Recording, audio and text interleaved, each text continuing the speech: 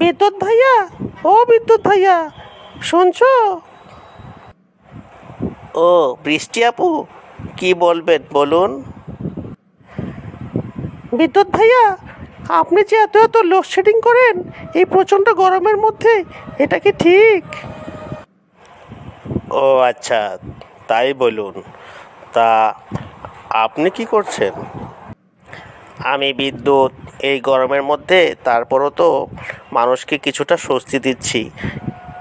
1 ঘন্টা থাকি আর 3 ঘন্টায় থাকি না। বিদ্যুৎ ভাইয়া, আমি বুঝতে পারছি এই প্রচণ্ড গরমে মানুষ বৃষ্টির জন্য কতটা অপেক্ষায় আছে।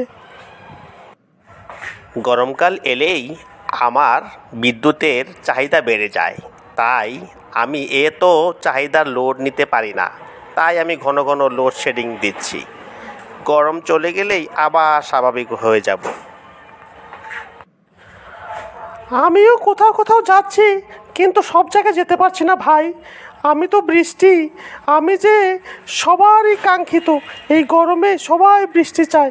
আমি সব জায়গায় পর্যায়ক্রমে বৃষ্টি হয়ে ঝরবো ইনশাআল্লাহ ভাইয়া।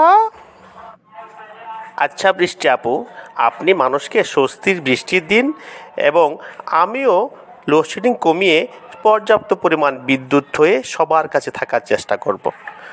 জনগণকে শান্তি দিতে পারলে খুবই ভালো লাগে। ধন্যবাদ বিদ্যুৎ ভাইয়া, তাহলে আজ আসি। আমিও বৃষ্টি হয়ে ঝরবো অতি শীঘ্রই ইনশাআল্লাহ।